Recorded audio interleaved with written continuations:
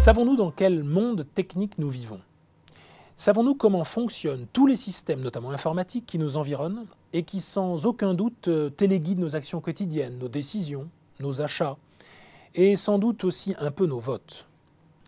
Pour l'essentiel, nous n'en savons rien et sommes bien incapables d'en appréhender la pleine complexité.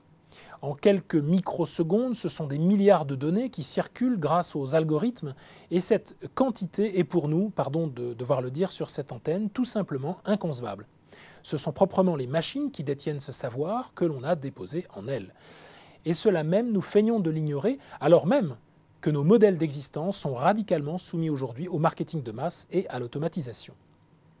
Face aux immenses possibilités offertes par le calcul intensif et le maniement quantitatif de la donnée, nous ne sommes plus détenteurs d'une quelconque capacité à contrer l'anticipation par ces systèmes prévisionnels de nos moindres pulsions.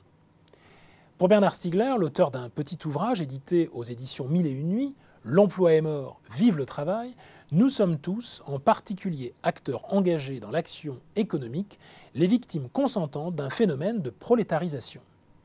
Par prolétarisation, il entend ici non pas une paupérisation, mais un effacement du savoir, une destruction progressive de ce que nous sommes capables de comprendre au bénéfice de systèmes informatiques que nous utilisons sans cesse.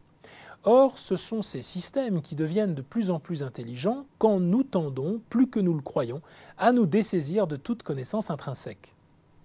Cette crétinisation, autre mot aimable que Bernard Stiegler emploie pour se faire entendre et qu'il applique en particulier aux élites économiques, il le destine notamment à Alan Greenspan, l'ancien grand patron de la Réserve fédérale américaine, avouant ne plus rien comprendre à l'économie au moment de la crise des subprimes.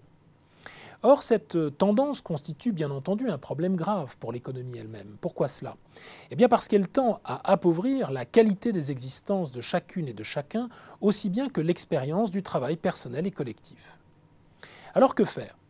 Pour Stiegler, il convient de désautomatiser notre rapport au travail, de retrouver des savoir-faire capacitants, de remettre l'accent sur le savoir-vivre, de réinstaller au cœur de la collaboration humaine le partage des savoirs. Permettre enfin à ce qui n'est pas standardisable de reprendre le pouvoir sur ce qui l'est.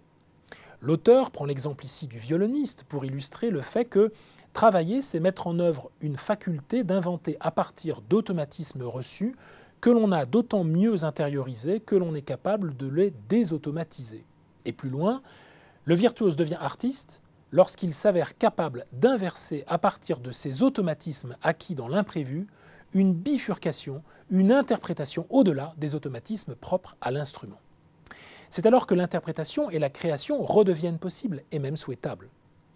Ce livre, d'une centaine de pages, pour l'essentiel un entretien avec le journaliste Ariel Kirou, développe des idées importantes développées par l'un des rares philosophes à s'intéresser de près aux questions économiques, notamment via l'association Ars Industrialis.